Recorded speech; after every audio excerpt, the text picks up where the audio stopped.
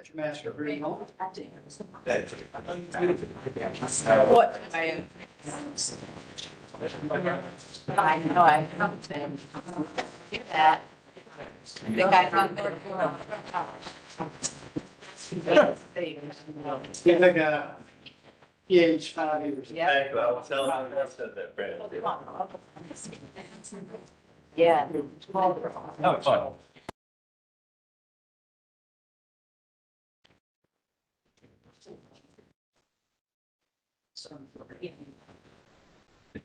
Hey, where did you get this? Where'd you get that? Mail it to me. I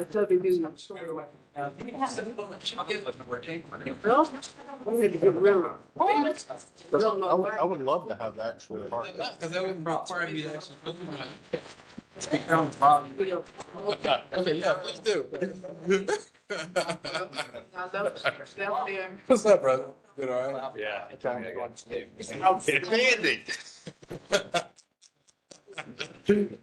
Outstanding. Outstanding. By the way, I got to tell you.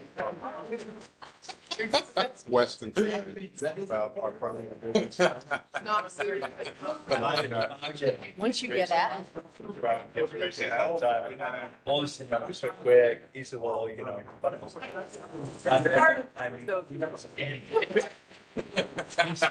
Still praying. I'm leaving through.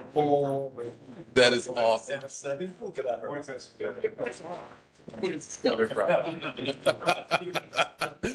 Where is this coming from?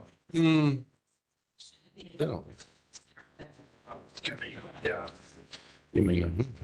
No, we'll get you. Sorry about that. Okay, I want to welcome everybody to tonight's meeting of Greenville City Council. Nice to have you with us. Sorry about the delay. We were downstairs in a work session.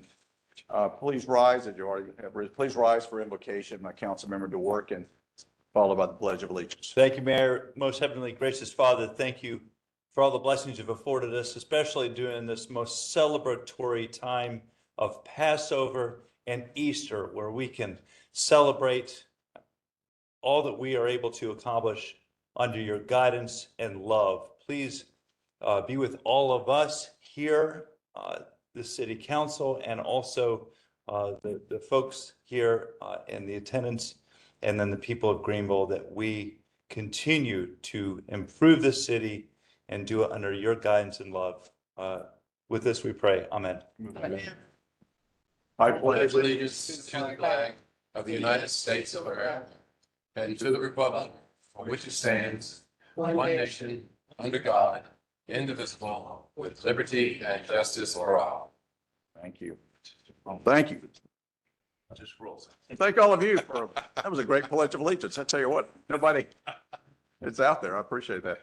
We have a few folks who signed up to speak to us, and Taylor, are you here? Oh, there you are. Okay, Taylor. Mayor, You want- I'm sorry, we need a roll call. You get 3 minutes. Oh, okay, roll call first. Sorry, sit down. Okay. Councilmember John DeWorke, Here. Councilmember Lillian Fleming. Here. Councilmember Ken Gibson, Here. Councilmember Will Bryson, Councilmember Russell Stahl, Here. Councilmember Dorothy Dow. Here. Mayor Knox White. Here. you. Yeah, the minutes of March 24th, which will stand approved as submitted. Okay, thank you very much. Okay, now we have folks who wish to speak to council. I'm sorry to startle you with that. Taylor, we have a 3-minute clock. Taylor, you may not be aware of that. I don't know if you are. Thank you. Yeah, okay, nice to have you with us. To give you name and address for the clerk. Sure. Taylor Spear. I'm a lawyer with the law firm of Fox Rothschild in Greenville, South Carolina. My personal address is 32 Dale Drive, Greenville, South Carolina, 29607. Thank you, council, for the opportunity to speak with you today. I appreciate it. My agenda item is to come to you to discuss reconstituting the Green Ribbon Advisory Committee. If you haven't noticed, the federal government is gutting itself from the inside. That is the agenda of the administration. It also appears to be the agenda of the United States Supreme Court. Notwithstanding, that's the bag that we're all holding. I think that really what it does is that it increases the importance of the work that you all do and how you interact with citizens to get things done. And of course, as you all know, what the Green Ribbon Advisory Committee was about was to focus on sustainability. I want to, if you don't know, GRAC hasn't met since October 2023. That's a really long time. This commission set its agenda for that commission and as long ago as 2011, when it approved the bylaws for the commission. So what I wanted to do is just take a quick opportunity to remind you all of what the mission is for that organization. Greenville, this is directly from the bylaws that the council approved by resolution. Greenville will be a city in which sustainability is considered instrumental to the long-term success of the city. The Green Ribbon Advisory Committee will be an integral partner of the city and region in encouraging and supporting and promoting sustainability. The mission statement that you will approve for that organization. The committee shall promote a culture of stewardship within city government and our community to preserve and enhance our natural resources, economic needs, and opportunities while addressing quality of life. Finally, the purpose was to advise city council, the city manager, and other city staff on the development of programs and initiatives. And this is the important part, including the development of a sustainability and climate action plan. This is for 2011. The city still does not have a climate action plan. As far as I know, it's not working on developing one. In conjunction with GRAC, we did recommend, and this body approved a sustainability plan.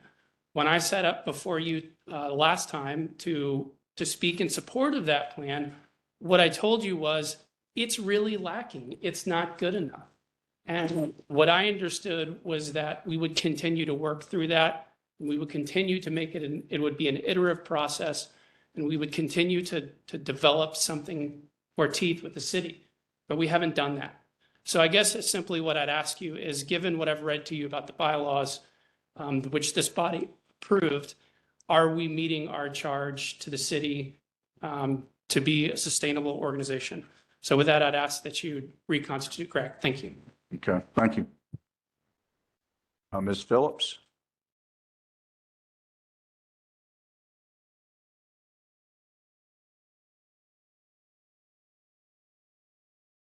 Hello, how you all? My name is Geraldine Phillips, and this is my daughter, Faith Angel Jefferson.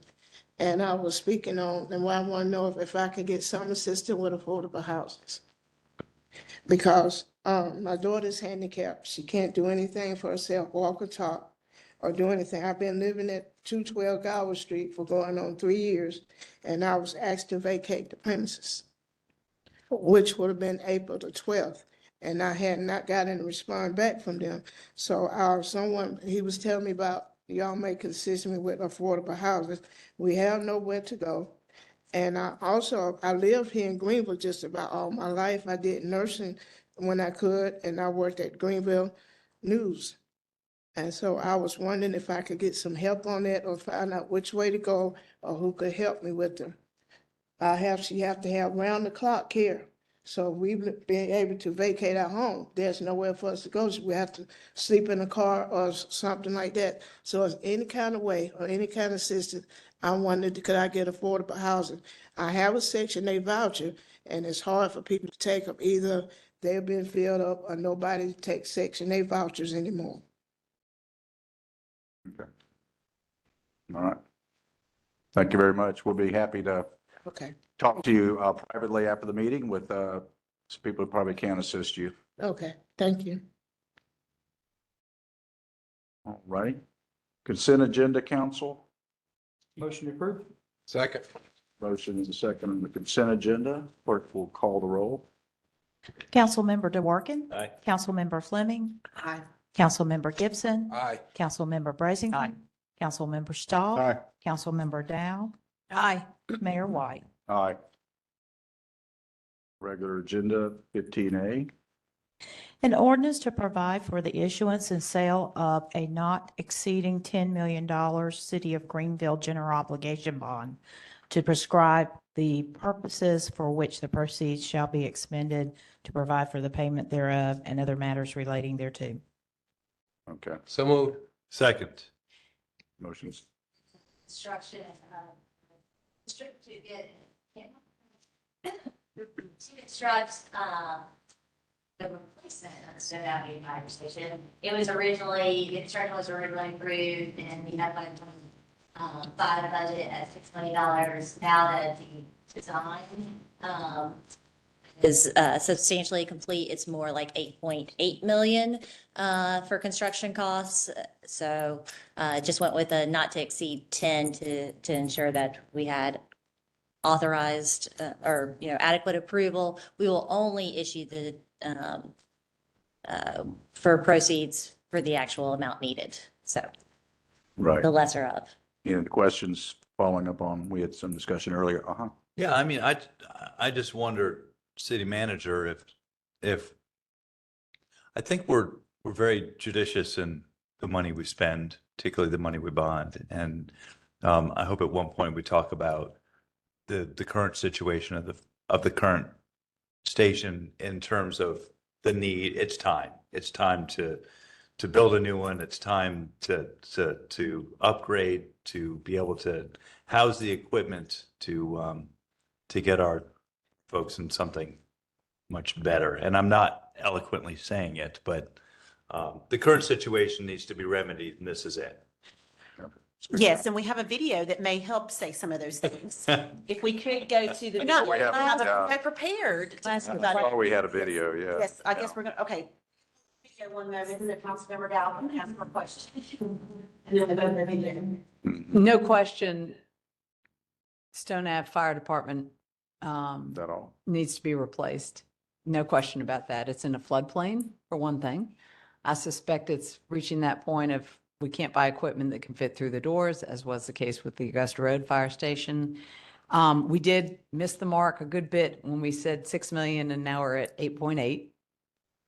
So my question is, and that's a significant escalation. I think Augusta Road was chief at 5.5, give or take. Yes, road was 5.5 is fairest, but I also want to indicate that we actually put out at guaranteed pricing in 2019 for Augusta Road Station. So we're Okay. almost to the point that we're 6 years past COVID also, so that the price of Okay. Augusta Road was actually before COVID. And we guarantee those prices. All right, so does this new 8.8, 8.6, 8.8 include just the building, or does this include new equipment? What's in that 8.8? So it's design and construction of the site facility. And it's also deal with ADA also issues as well in that area, to deal with ramps and accessibility to the area, and also to, including the parking area that we're having to take out for the gym that's currently there, and redoing the gym and making parking in that area also. So part of this is redoing the gym and parking, or, Parking, so we have a parking lot now by the gym. That's that area there. Okay. It has to be removed in order to put the station's ramp in. We have to replace that parking area there with that and make sure that it's ADA compliant in those areas as well when doing this. okay, no equipment included in this? It's all cost. And I assume we have value engineered this. Yes. So we've gone back to construction costs where we're at, and then you have $1 million for soft costs. So think about all the stuff that goes inside that station. It's not part of construction of that station. So that's part of the things that we have to put in there, from furnishings to equipment, all that kind of stuff. Okay, so it does include equipment. Equipment, when we say equipment, it doesn't include fire trucks. Okay. That's all the equipment for inside the station. Yes, ma'am. Okay. It's like physically attached. Yeah, for the construction of everything inside the building, from furnishings to equipment, all that kind of stuff in the building, from alerting systems to radios, all that's part of that and soft costs. And is this brick construction like the others? Is it the same facade? It's brick, and we're gonna go, if we could, go ahead and show the video that we've been wanting to show to kind of talk yeah. about an overview of the project. Our communications team did a great job on this, and we'll be showing it later tonight, so. Do you want to show it? We're getting, it's just. You're the- still it's working on it, the- okay. Yeah, I'm sorry, I did. It's a beautiful video.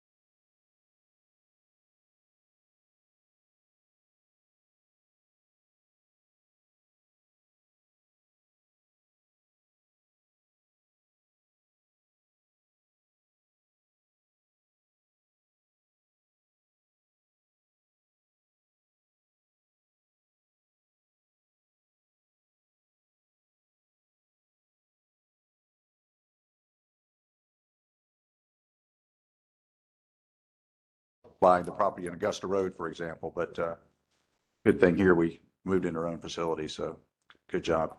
Did you And I, want- I would encourage us to move West Greenville up, way up the priority list as well. John, you got it. Yeah, I just want to more eloquently say than what I just stumbled through. It What wouldn't, were you saying? we'll see if I do that Very this time. confused. But it wasn't a situation where this is a nice investment. It's a much needed investment. We had to do it. And I think it's money well spent. Okay, clerk, call the roll. Councilmember DeWorke. Aye. Councilmember Fleming. Councilmember Gibson. Aye. Councilmember Brazington. Councilmember Stahl. Aye. Councilmember Dow. Aye. Mayor Walker. Aye, okay. Good. Item Hit you item next, clerk, please. 16A. 16A, okay. A resolution to designate $222,778 from the City Council Reserve in the State Accommodations Tax Fund for the purpose of providing financial assistance to the Greenville Convention Center for replacement of end-of-life equipment. So moved. Motion second. Any questions on that? Clerk, I call have the a roll. question. Yeah, Is the question. county contributing anything to this particular project? This is all city. This is all city. They don't provide anything. They don't. in This facility. Just asking. They never have. Clerk, call the roll. Voice vote. Aye. Favor. Aye. A voice. Aye. Yep, we're voting. Voice vote. It's just a All resolution. in favor, say aye. Aye. It's a resolution. Okay. 16, next one, 16, That's it. 17, whatever. I don't have my, I have that purely off. I didn't have one up here, yeah. Oh, I see, okay, right, there we go. Okay. All right. 16A. Good enough. Good. That's what we just did, yes, sir. And what else we got? City manager. Oh, thank you, Mr. Mayor. Thank you very Well, much. I'll go into my staff reports. So the first thing is that I want to remind everyone that the SCDOT construction for the Church Street Bridge begins tomorrow. Expect delays. The 4-lane bridge will be reduced to 2 lanes, 1 in each direction. So we will have people monitoring the situation all day from our new TMC, as well as we'll have personnel out in the field. So we are getting ready to see what happens tomorrow. Well, we know what we're expecting to happen, and we will make adjustments as needed. Drivers traveling northbound on US 29 will be prevented from making a left-hand turn onto Coffee Street. We would ask everyone to seek alternate routes. The SCDOT has 4 recommended detours, and you can find them at 29bridge.info. The city's communications team drove and timed the routes, and the video is on the front page of the city's website. They did a great job with that video if you've not seen it, about how to scout your route. The speed limit is now reduced to 25 miles per hour, and drivers are encouraged to be mindful of construction workers. The walkway under the bridge is fenced off to prevent injury from any construction debris. Communications staff will work closely with our engineering services this week to provide real-time info on traffic conditions. So if you have questions, please know that we will be putting as much information out on our social media channels as possible. Drivers are encouraged to use GPS, even if they know their destination, to help them find the quickest route, because we would really encourage everyone to use their GPS. I know I don't usually use my GPS coming to work because I take the same route every day. But this is a time when, if I was ever going to encourage people to use their GPS every time they leave, if they live in this vicinity, please use your GPS so that you can help find the quickest route. That is our big news for that. I also wanted to let you know that since Beth and her team provided you an update on communications 2 months ago at your city council retreat, we have gained 16,500 followers through Instagram and Facebook. We now have 87.5 thousand followers on Instagram and 112,000 followers on Facebook. We have had 17.6 million video views, and 4.3 million accounts reached. Many Greenville County residents and Western North Carolina residents reported that they relied on the City of Greenville's social media pages during the recent wildfires because of the regular updates with relevant information and high-quality photos and video. And I say that because we are trying to encourage everyone to use our communication channels to know what is happening within the city of Greenville. We are gaining a wide following, and I think that it's important during these times that we reiterate that if you are wanting to know what's happening in the city of Greenville, that your best source of information is the city of Greenville. And so we wanted to make sure to kind of really make that point known. And I do want to thank all of the many communities that came out and helped battle the wildfires recently. We were very fortunate to have so many emergency responders from across various agencies go and put their time into fighting those fires. I went to Table Rock twice myself with Chief Horton and really saw how much everybody worked together. And we are very fortunate to live in a community where that kind of collaboration exists. And I just want to thank everyone who took their time to be a part of those efforts to try to extinguish those fires and now into the recovery mode. So thank you very much. Yeah, we thank Chief Horton and his folks who did get up there very early in the process. So thank you for that. There might be some upcoming opportunities to say thank you to a broader number of people in the community who supported those efforts. It's really important. And we had various department support in addition to fire, including police communications and dispatch, and also our communications team. So thank you to them as well. Okay, Ms. Bender, did somebody speak to Ms. Phillips after the meeting? And Yes. Monique we will. back in that room. We have staff here who will meet with her. Okay, all right. Thank you very much. Okay, with that, council meeting. Is it? 57 p.m. Thank y'all for your prayers. Thank you so much.